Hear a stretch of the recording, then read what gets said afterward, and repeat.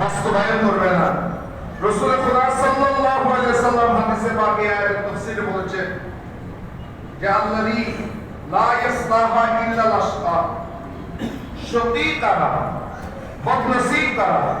قال رسول الله صلى الله عليه وسلم لا يدخل النار الا الشقي, শকী ছাড়া কেউ অর্থাৎ বদনসিব দুর্ভাগ্য ছাড়া কেউ জাহান্নামের মধ্যে প্রবেশ করবে না।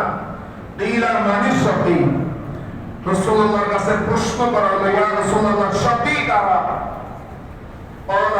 তখন আমার নবীজি বলেন আল্লাযী লা ইয়ামালু বিতাআতিন, আল্লাহর আনুগত্যের সাথে যে কোনো আমল করে না, ওয়ালা ইয়াতরুকু লিল্লাহি মাসিয়াতান, যেই কাজটা করলে গুনাহ হবে, যেই কাজটা করলে পাপ হবে, বড় ধরনের গুনাহ হবে, আল্লাহর ওয়াস্তে আল্লাহকে ভয় করে যে সেটাকে তরক করে না, এই ব্যক্তি হচ্ছে শকী।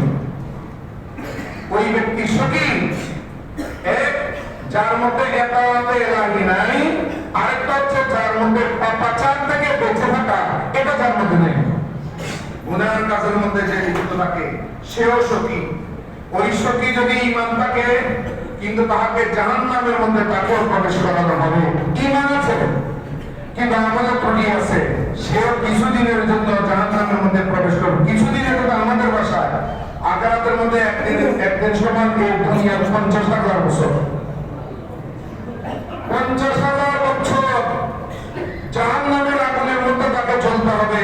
এই ব্যক্তি, যে সমস্ত ব্যক্তিদের নামাজের ঠিক নেই, যাদের বাদ্যযন্ত্রের আওয়াজে সমাজের মানুষ ঘুমাতে পারে না, যাদের বাদ্যযন্ত্রের আওয়াজে সমাজের মানুষ ঘুমাতে